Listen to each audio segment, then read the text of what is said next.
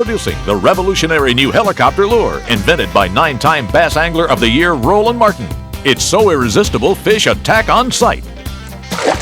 And so versatile, it can perform perfectly in salt water or fresh, surface or deep. Its movement grabs the fish's attention. Its colors set it apart as prey.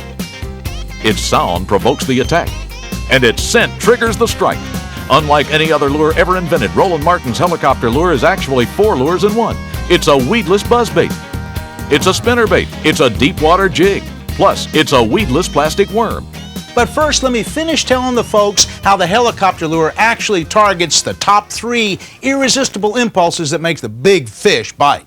The first major reason why a fish bites is reflex action, just like a cat pouncing on a mouse. Whether you're surface fishing or going deep, the helicopter's unique spinning motion causes the big ones to strike on reflex. Oh, son! Now, the second reason why a fish bites is plain and simple: hunger, just like you and me. The helicopter's distinctive shape and movement and its irresistible scent make it stand out from any other prey in the water. So, it grabs the fish's attention and the fish grabs it. Gotcha! And the third most important reason why a fish bite is one we can all understand at one time or another: anger. The helicopter lure invades the fish's territory and annoys it with its appearance and rotating motion. Plus, it gives off a continual buzzing sound that drives the fish mad. Wham! Reel 'em in, son!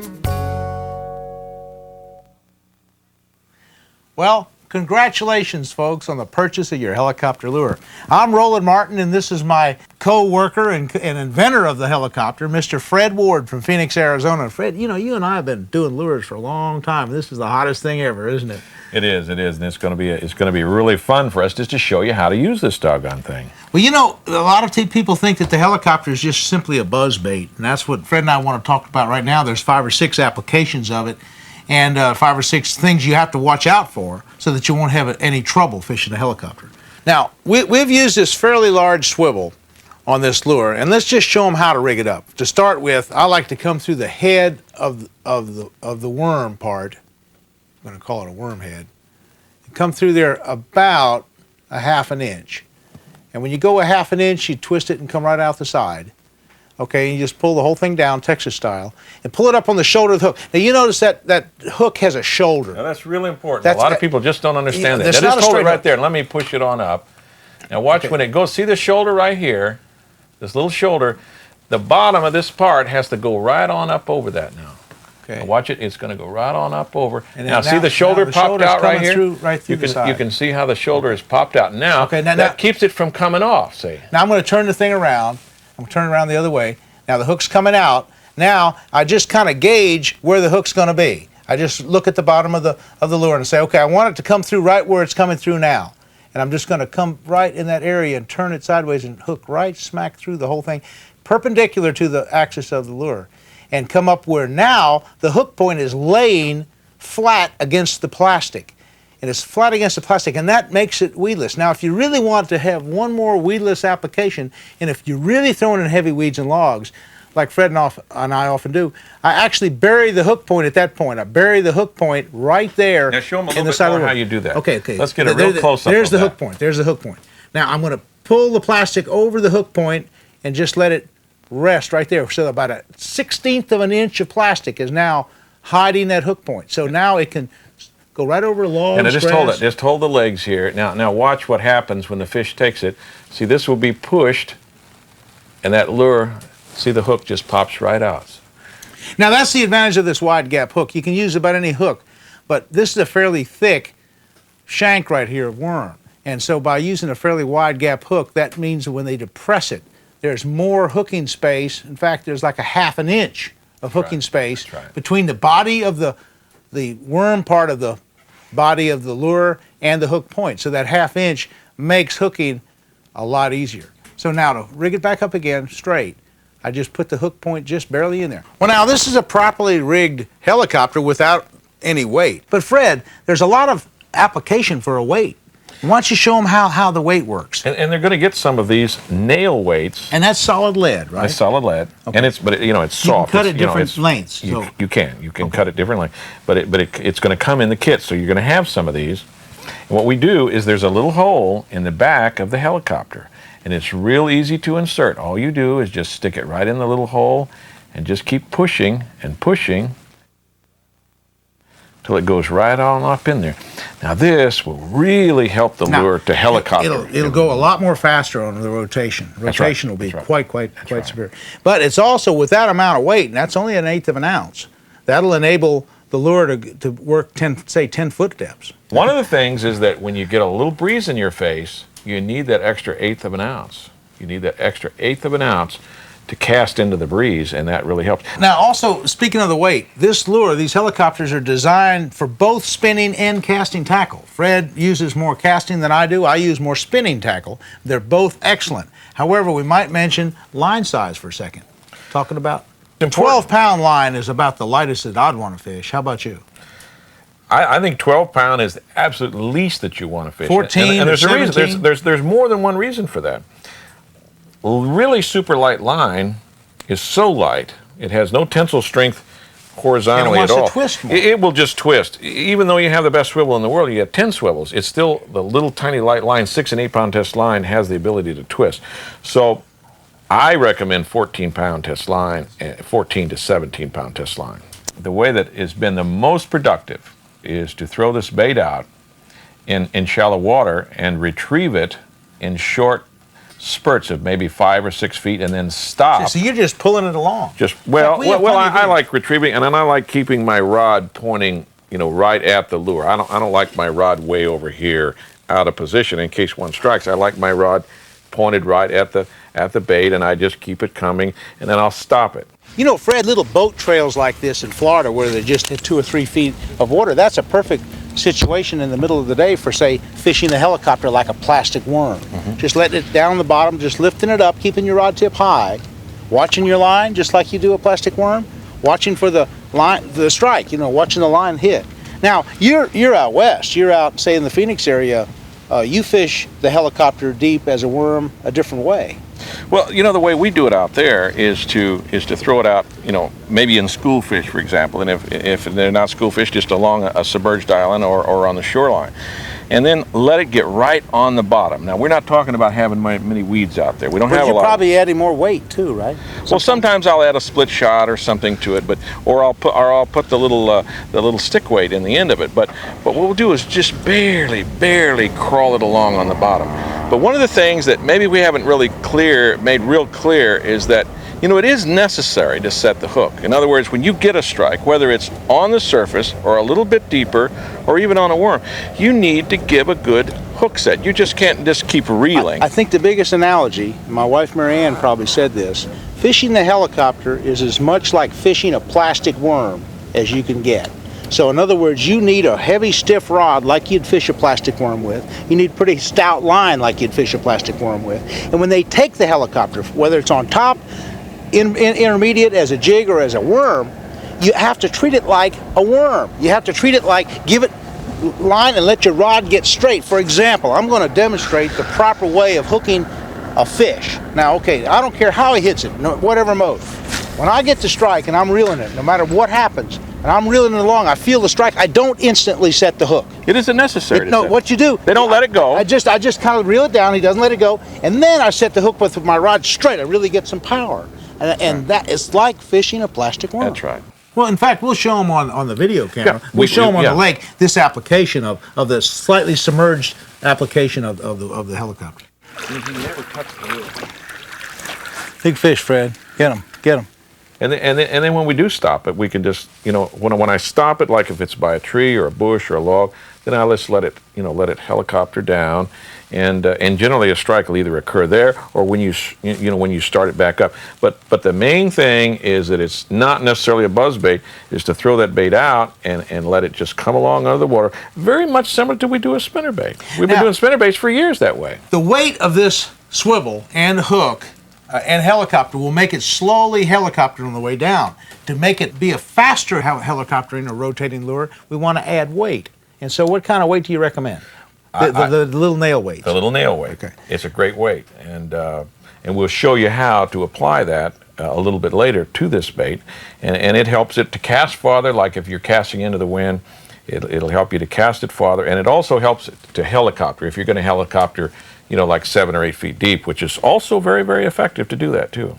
Now, and that's perfect size. you spoke of line twist. The biggest nemesis of the helicopter might be perceived as line twist. Now, Fred, we've been fishing for about 15 minutes, and let's see if we have any line twist. Now, see, you have just a tad, because what's happened is some foreign particles, just a little teeny bit of foreign grass, not much. It's hard to see. That is just a little bit of, just a tad of grass there. But that little bit of grass is enough to mess that swivel up.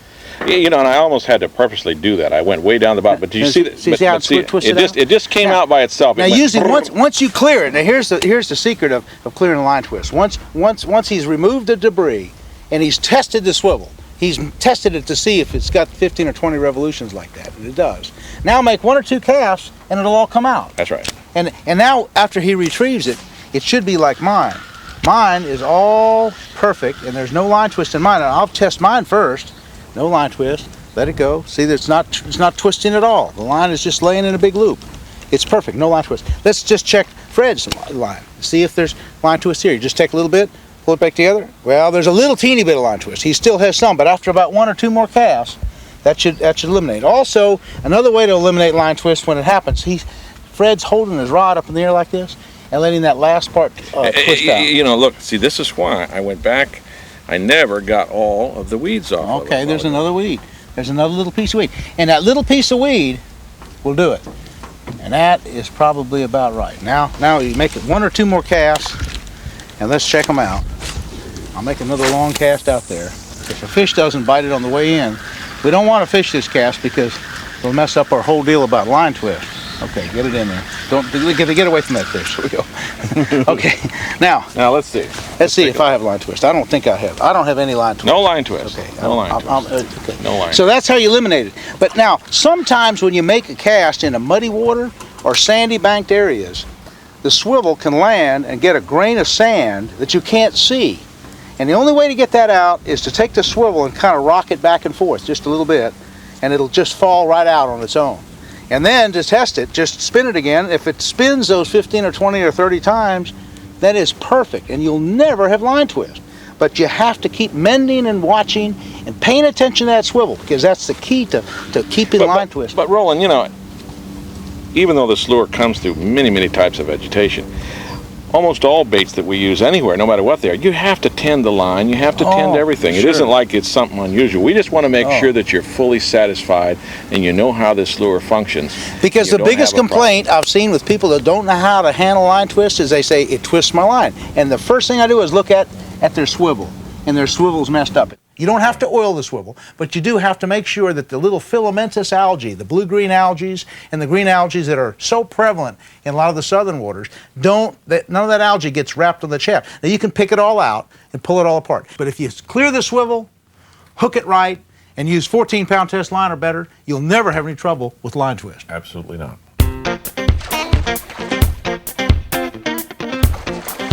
Now remember, folks, these were shot live on location as they actually occurred. There's one. I got one. Helicopter, son. Oh, there he is. There, boy, what a fish. Oh, he's got it. Way to go. Way to go, boy. He's coming after it. He's got it. He's got it. He's got it. Well, this new helicopter lure, it's got some great top water action on it.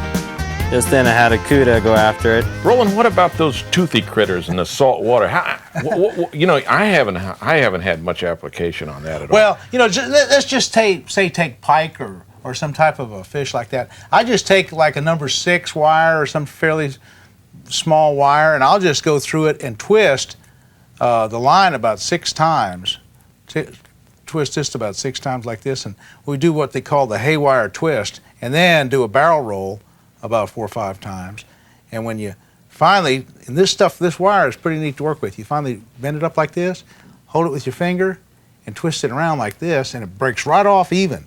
Now I've broken the line. It's all just a straight shot deal. So now I can make another loop at the front, up here and do it the same way. And so I have about a 6 or 8 inch piece of 30 or 40 pound test Monel stainless steel wire. Leader, yeah. Well, So even sharks probably won't bite this. Well, now, too. speaking of sharks, let's do another thing. Let's get some 200 pound test leader like this. And let's go right through the head of the thing and just run that thing right down. And now what I'll do, now watch this. This is really slick. Take a big treble hook, great big treble hook like this. It's harder to do, and I might have a little bit of a hard time with this. But twist this over. This is real heavy-duty wire. And now, see if I get it right. It's hard to twist. This really works. This really works. Yeah, but I almost need pliers. This is such heavy leader that it's going to be hard to do. But anyway, twist it around 5 or 6 times. This is really heavy-duty stuff. And now, when I finally have it twisted enough, I bend that tag end up, right like this. Remember, this is 200 pound test leader, but you break it up and then make a little section right here to twist it with. And now I rotate it. Oh boy, it's hard to do. I'm gonna have to almost take my pliers and rotate it around this way, and it broke right off. Broke right off even. So now you have a real nice twisted wire. Now take your helicopter and slide it right down over that. Pull that thing right up in there. You put the legs in between. Put the legs in between the tips of the hook. The tips of the hook, like this. And now I have a super rig for big, huge kingfish, big, huge barracuda, giant sharks, and all those big, toothy critters that are out there in the ocean. He's got the helicopter. Up, he's got the helicopter. No, it's a big tarpon. A big tarpon. That's fishing, boys. Alligator. That thing there will work. Now, before I go any farther, the swivel needs to go on this loop. Now, that's not hard. You can take your O-ring and open it up and put your little swivel right there over the O-ring, and now the other end of the line goes to the swivel. And now the whole thing swivels with the swivel up here because the treble hook is down here. So that is a little bit different. You need a treble hook, you need some heavy leader, but it'll certainly work on those big, toothy saltwater fish. But it might work better than any other lure you've ever used in that shallow water. Oh, I've caught hundreds of big, toothy sharks and barracudas on this lure. Absolutely wonderful. Schnooks? Snook. But you don't need big leader for snook. Let's take them to the lake and show them some more features. Lily pads represent one of the best types of cover for bass and the best things for fishing helicopters. There's 30 or 40 species of lily pads around the country, and as the helicopter hits those little open areas in between the pads, it rotates and of course it swivels down and helicopters down in little holes. It swivels and spins even across the lily pads themselves, and I can work it much like a jig but much like a buzzbait at the same time. Let it helicopter in the little holes and just keep it on the top. Or I can just use it as a buzzbait. I can just reel it steady all the way across the lily pads and just keep it coming. Just point my rod right at the lure and just helicopter it just right across the surface like a buzzbait. Now, I can go a lot faster. Of course, the lure is weedless, so I can really come cranking across there. And sometimes you want a lot of speed coming through pads like this because the fish are just on an ambush point like these lilies, and a real fast, high-speed buzzing action sometimes really gets them angry.